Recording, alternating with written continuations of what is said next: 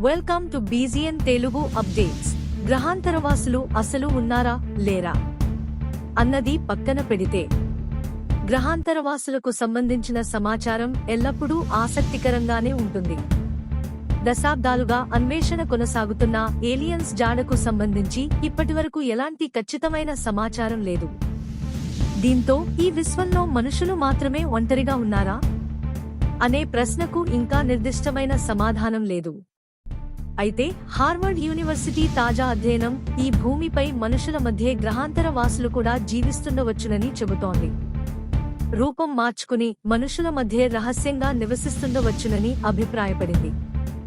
గ్రహాంతర జీవులకు సంబంధించినవిగా భావించే యుఎఫ్ఓలపై అధ్యయనం కోసం హార్వర్డ్ యూనివర్సిటీ ఏర్పాటు చేసిన హ్యూమన్ ఫ్లరిషింగ్ ప్రోగ్రాంలోని పరిశోధకులు ఈ మేరకు తమ పరిశోధనను ప్రచురించారు.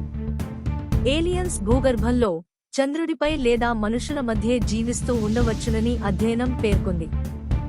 యుఎఫ్ఓలు లేదా గుర్తించబడని వైమానిక దృగ్విషయాలు భూమిపై నివసించే గ్రహాంతర వాసుల కోసం వచ్చిన స్నేహితుల అంతరిక్ష నౌకలు కావచ్చుననే కోణంలో కూడా అన్వేషిస్తున్నట్టు అధ్యయనం పేర్కొంది. Like, comment, subscribe.